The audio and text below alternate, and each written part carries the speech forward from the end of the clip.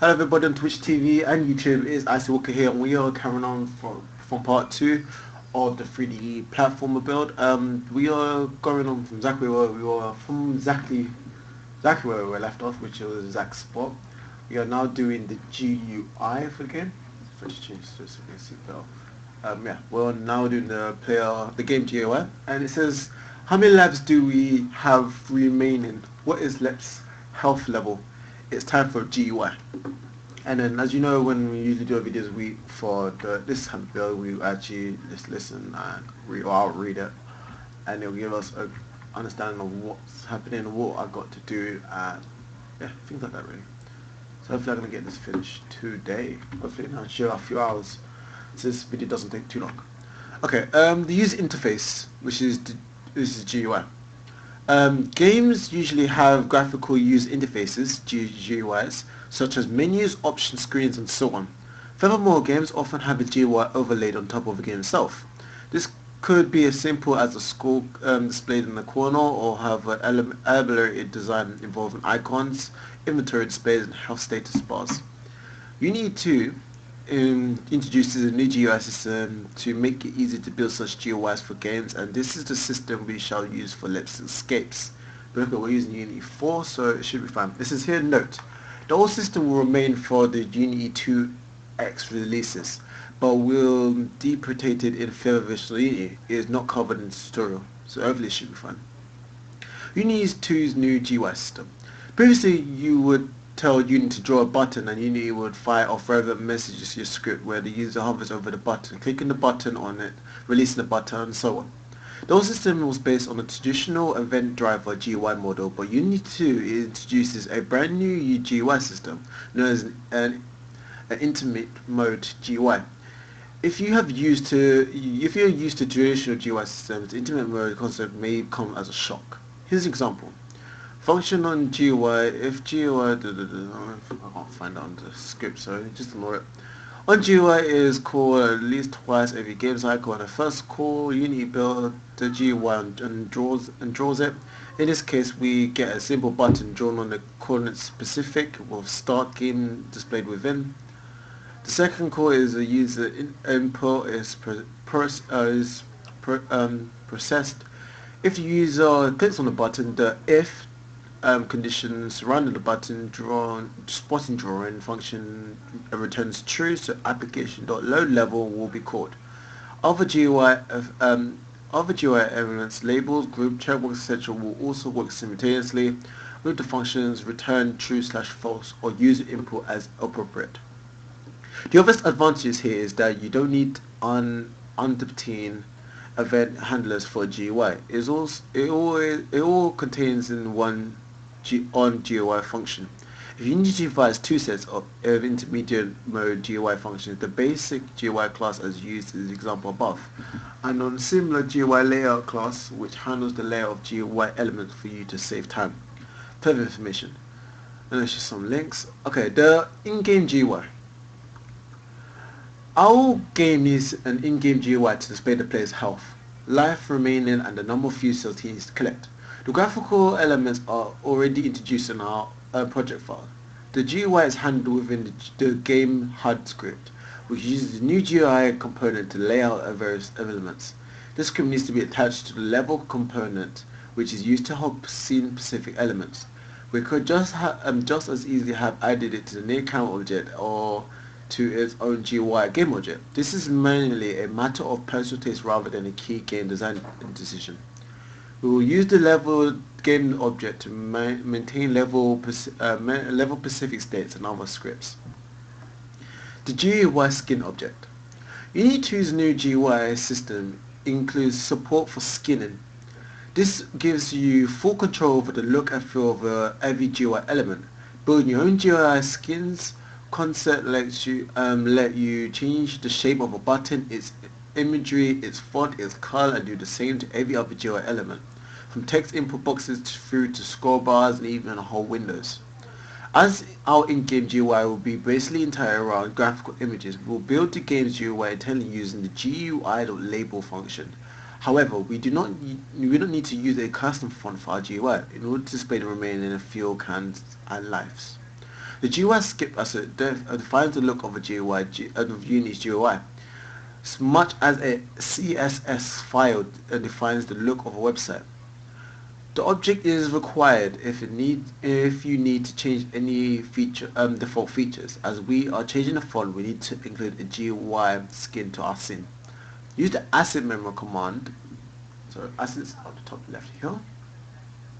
To create a new GUI skin object. This will appear in the project panel and contain the default Unity GUI skin data. So here, GUI skin. So we've got GUI skin. I don't know where it was put under, but hey, it's not on. Or where? Oh, it's just stuck on here. Okay, let's start new GUI skin. And now we've got GUI skin right here. Rename the GUI skin to Let's Tutorial Skin. And there we go, we've got a GUI skin right here. We're going to use a decorative font named Flower Tide for our game. This is the only change we are making to the default skin. Drag the Flower Tide font object onto our new GUI skin assets font directory. How on earth do you get the font? I don't know. Oh, it's right here. Oh my god.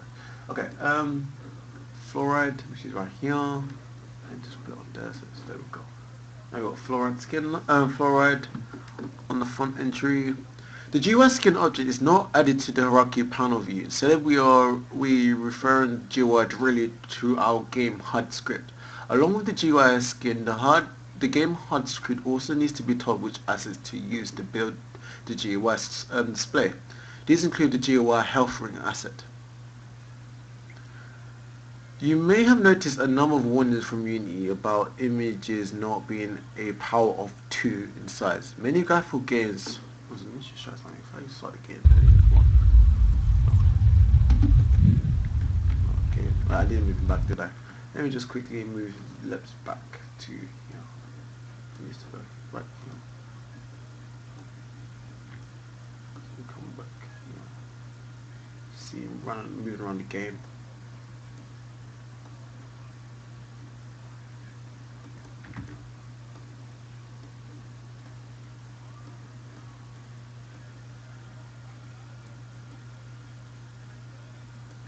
Wait, this is the wrong bit.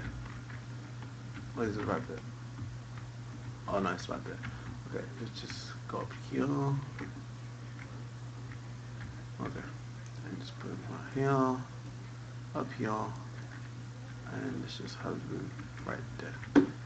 Let's turn them a little bit to the side, and let's just move them a little bit more back, a little bit more down. And let's move the actual near camera fact as well. This way. This way. Not a little bit more.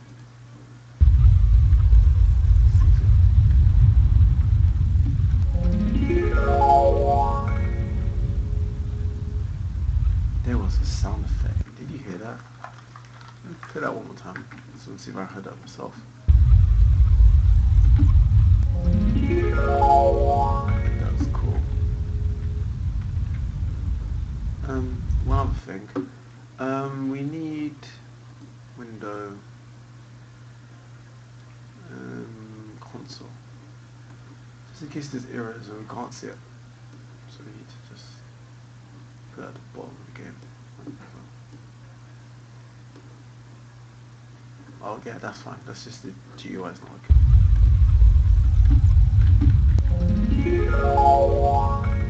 Perfect.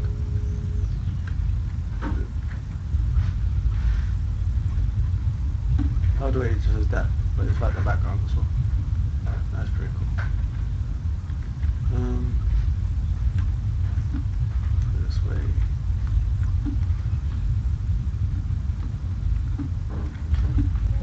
It's actually working perfectly this time. I thought there was errors with it.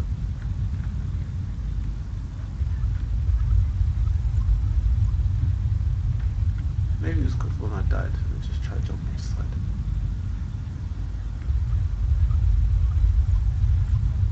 Ah, you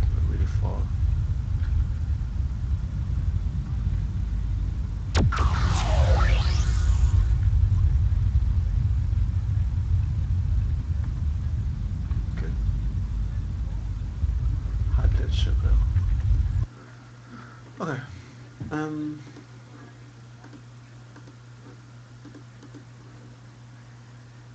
See if there's anything else.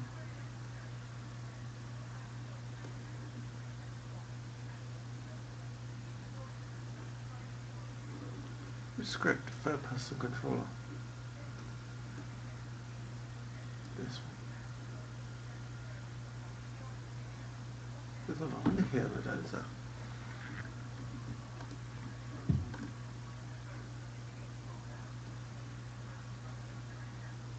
No. I don't know. Okay, let's just ignore that for now. Okay, where are we? Okay, now it's showing me a few images. If I just put this over here so you guys can see too. Okay, this image is used to display depth health information. The space in the right of Depth's image displays his remaining lives, while the circle on the left is used to show a pie chart of his remaining health. The pie chart is created by simply superimposing the correct image from an X-ray of 6 2D textures named Health Pie 1 through to Health Pie 6. The Health Pie 5 image is shown below. There we go. Health Pie 6. These images include alpha channel solidify, transparency, and translucency. These separate images let us simply draw the image corresponding to the lab's actual health, instead of performing fancy corrections to rotate and draw symmetrical programmatically. The second major GUI element is for the fuel cell state, the main atom of which the GUI fuel cell. Switch right, I've got more work to do. Okay, this is displayed in the lower right of the game screen. I will show you the fuel cells remain to be collected before the gate level is unlocked. Add the game GUI script to the level game object. It's got level here. I want to add the game HUD GUI. Game HUD GUI. Here we go. Game HUD script, sorry. Click the level game object to select it and look in Inspector. You should see the game HUD script component entry. Yep. Add the GUI health ring and GUI images to the health HUD script. So here we got the health.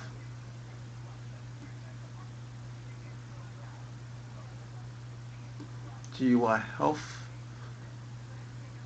ring. Yep. And GUI fuel cell. GUI fuel cell. There we go. Okay, open up the health pie images entry. There we go. Health Pie's images is an array. At the moment, Unity doesn't know how big it should be, so it's set to 0. Which these ones? These. Okay. Set it to 0. We have 6 Health Pie images to drop in this array, so we need to change this value. So click on the 0 next to size. Is it this entry?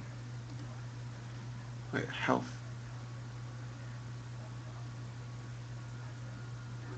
I don't think it's this, but is it? No. Wait.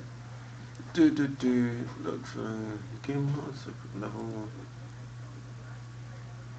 So add the GUI fix to the health ring. Open up the health part images entry.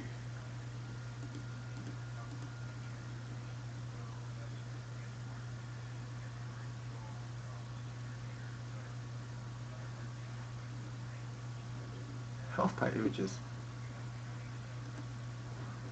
Oh, health pie images entry right here. Click on the 0 next to size. Change it to 6. Okay. It should now see 6 empty elements. Yep.